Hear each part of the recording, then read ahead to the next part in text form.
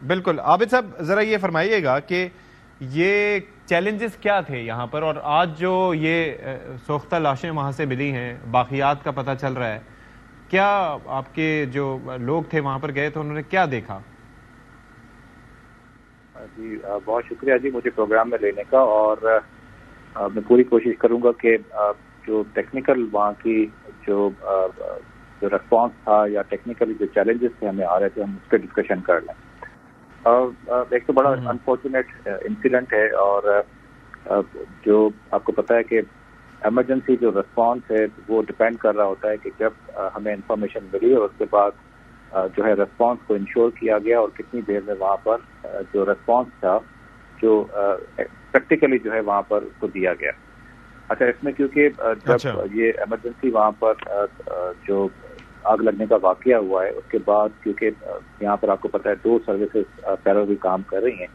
और जो रेस्क्यू 1122 के कमांड एंड कंट्रोल पे जो हमें पहली कॉल मौसूल हुई थी, जिसकी अभी आपको पता होगा कि इसकी एक इंक्वायरी भी चल रही है, तो जो डेटा हमारा है जो हमें कंट्रोल रूम से जो हमने जो पूरा कॉल लॉग इसका निकाला है 1036 पे हमें जो है वो टिकट जनरेट हुई, और फौरन 1037 पे जो है 1036 हमें जो है वो जी टिकट जनरेट हुई यहाँ से कमांड एंड कंट्रोल से। और वो क्योंकि मैकेनिज्म आप लोगों ने देखा भी हुआ है, कम्प्लीटली डिजिटाइज मैकेनिज्म। और उसके बाद 1037 पे जो है वो एक जो हमारा प्रोटोकॉल्स हैं डिस्पैच जो है वहाँ से जो नियर बाय हमारा स्टेशन था वहाँ से उसको डिस्पैच किया गया, और जो पहली लोकेशन हमें अपनी व्हीकल की वहाँ से दी गई, और जो 1057 का टाइम था जिसमें जो हमारी पहली व्हीकल थी रेस्क्यू 1122 की उसने अपना रेस्पॉन्स शुरू कर दिया था। लेकिन जब हम पहुंचे थे वहाँ पर तो ये भी कंफर्म थे कि वहाँ पर already 3 fire tenders already KMC के काम कर रहे थे, स्टार्ट हो गई थी वहाँ पर, रेस्पॉन्स स्टार्ट हो गया था। लेकिन यानी कि 1057 पे जब आप पहुंचे तो ये काम कर रहे थे? नहीं, 1037 पे। लेकिन उसके अंदर एक चीज हमारी कॉल जी मैं थोड़ा सा इसमें थोड़ा सा बस इसको थोड़ा सा मैं तो क्लियर करता चलूँ, टेक्निकली थोड़ा सा क्लियर करता चला,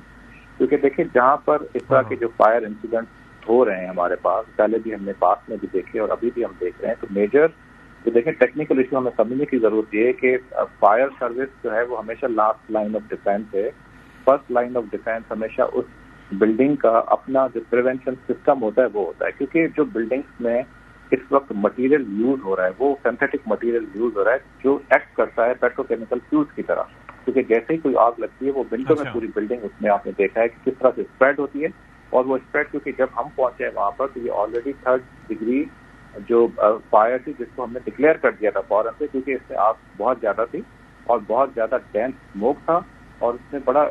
इसमें जो हमारे पास जो एक्सेस पॉइंट थे वो बड़े लिमिटेड थे, क्योंकि मोस्टली जो विंडोज थी उसमें स्टील की जी जी जी इसके अंदर विंडोज भी बंद थी, ये सारी चीजें थी। लेकिन एक चीज मुझे ये बताइएगा कि जो नॉर्मली इस तरह के वाकयात होते हैं उसके अंदर 2 वजह से ज्यादा हलाकतें होती हैं, कि एक तो ये है कि धुएं की वजह से वो कसाफतें जब इंसान के सीने में जाती हैं तो उसके लिए सांस लेना नेक्स्ट टू इम्पॉसिबल हो जाता है उसकी वजह से, और दूसरा उस बिल्डिंग का अगर पूरी बिल्डिंग में आग भड़क रही हो तो उसका टेम्परेचर भी ऐसा हो जाता है कि वो समझे कि एक भट्टी का काम करती है। तो यहाँ पर ऐसा हुआ? बिल्कुल आपने सही कहा, क्योंकि यहाँ पर जो डिफरेंट हाउस होल्ड आइटम्स वहाँ पर होते हैं जिसकी वजह से यहाँ पर हाइड्रोजन सल्फाइड, हाइड्रोजन साइनाइड और कार्बन मोनोऑक्साइड गैसेज जो हैं वो जनरेट होते हैं। काफी टॉक्सिक गैसेज हैं, एवरीबॉडी नोज, और carbon monoxide is the silent killer. और क्योंकि यहाँ पर क्योंकि मोस्टली जो लोग वहाँ से नहीं निकल सके अनफॉर्चुनेटली, जो अभी भी आज जो सर्च ऑपरेशन में आपने देखा कि कुछ इंफॉर्मेशन वहाँ से आई है और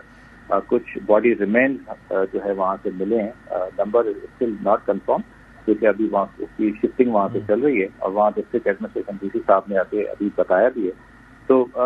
वो तो जब पहुंचेंगे उसके बाद, क्योंकि वो भी एक ही जगह पर अगर जो इन्फॉर्मेशन आपके पास भी आ रही है, जो हमारा सर्च ऑपरेशन भी चल रहा है, वो इस तरह से कोई पॉकेट्स हैं जहाँ पर उन्होंने कोशिश की है शायद बाहर एग्जिट होने की, लेकिन वो एग्जिट हो नहीं पाया। लेकिन क्योंकि ये तो जब ये इंक्वायरी आएगी वो पता चल जाएगा, क्योंकि डिफरेंट इन्फॉर्मेशन डिफरेंट न्यूज़ इस वक्त चल रही हैं, लेकिन हम रिलाय उस पर करें जिसकी एक्चुअल इन्फॉर्मेशन जो एक प्रॉपर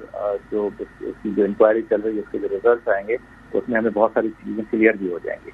तो इन गैसेज की वजह से बहुत ज्यादा आपको पता है कि बहुत जल्दी क्योंकि इसमें सफोकेशन स्टार्ट हो जाती है, और शॉर्टनेस ऑफ ब्रीदिंग और उसके बाद जो है मुश्किल हो जाता है, बहुत ऑक्सीजन की कमी हो जाती है, क्योंकि जब आप जिस इन्वायरमेंट में इस तरह के हाउस होल्ड जो है जो फायर हो रही होती है वो उस पूरे इन्वायरमेंट का ऑक्सीजन एब्जॉर्ब कर रही होती है, तो ऑक्सीजन का ना होना और उसके साथ इस तरह की जो टॉक्सिक गैसेस का जनरेट होना it's a major cause of death in this specifically fire. अच्छा, अब एज ऑफ नाउ क्या ये हम आपसे आगे चल के जानेंगे कि रेस्क्यू ऑपरेशन की स्टेटस क्या है, जो एक कोऑर्डिनेशन होनी चाहिए एक इदारों के दरमियान, बगैर लगी लिपटी कि आप मुझे ये बता दें coordination plays a first response time, second is coordination. क्या आप आप तो रेस्क्यू 112 काम कर रही है, बड़ा अच्छा कर रही है, लेकिन क्या कोऑर्डिनेशन इदारों में मौजूद है, फायर ब्रिगेड की या बाकी जो रेस्क्यू सर्विसेज हैं या पुलिस की, होती है आपकी कोई एक मौसर कोऑर्डिनेशन? जी, बड़ा अच्छा सवाल आपने किया।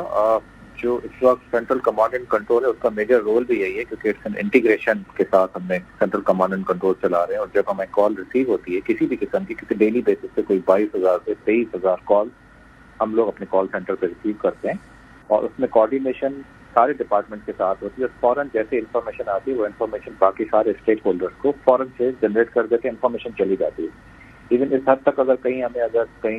अगर गैस का शटडाउन कराना है, इवन केई के साथ कोऑर्डिनेशन होती है, अगर कहीं वहाँ शटडाउन कराना है तो वो भी हमारा जो कमांड एंड कंट्रोल है इस वर्किंग एज अ ब्रेन, तो कमांड एंड कंट्रोल से सारी कोऑर्डिनेशन होती है। इसके साथ साथ जहाँ आपने पूछा कि इस वक्त तो कंप्लीट कोऑर्डिनेशन के साथ हम अभी भी काम कर रहे हैं। डिस्ट्रिक्ट एडमिनिस्ट्रेशन लीड कर रही है इस वक्त, जहाँ पर इस वक्त हमारा सर्च एंड ऑपरेशन चल रहा है, उसका भी अगर आप मुझे मैं आपको थोड़ा सा शेयर कर दूंगा कि इस वक्त जो सिचुएशन है इस वक्त इंसिडेंट साइट की, वहाँ पर भी हम स्ट्रक्चर स्टेबिलिटी को देखते हुए इस वक्त सर्च ऑपरेशन कर रहे हैं, जहाँ पर बहुत सारी जगहों पे हमने फोर्सेबल एंट्रीज की हैं। इस वक्त सर्च ऑपरेशन भी चल रहा है, कूलिंग का प्रोसेस भी साथ चल रहा है, उसके साथ साथ हम डेब्री रिमूवल का भी साथ काम कर रहे हैं। तो जितने इस वक्त जहाँ से डेब्री रिमूवल हो रही है, जहाँ हमें जी जी जी ठीक है, बहुत शुक्रिया डॉक्टर आबिद जलाल शेख साहब फॉर योर टाइम।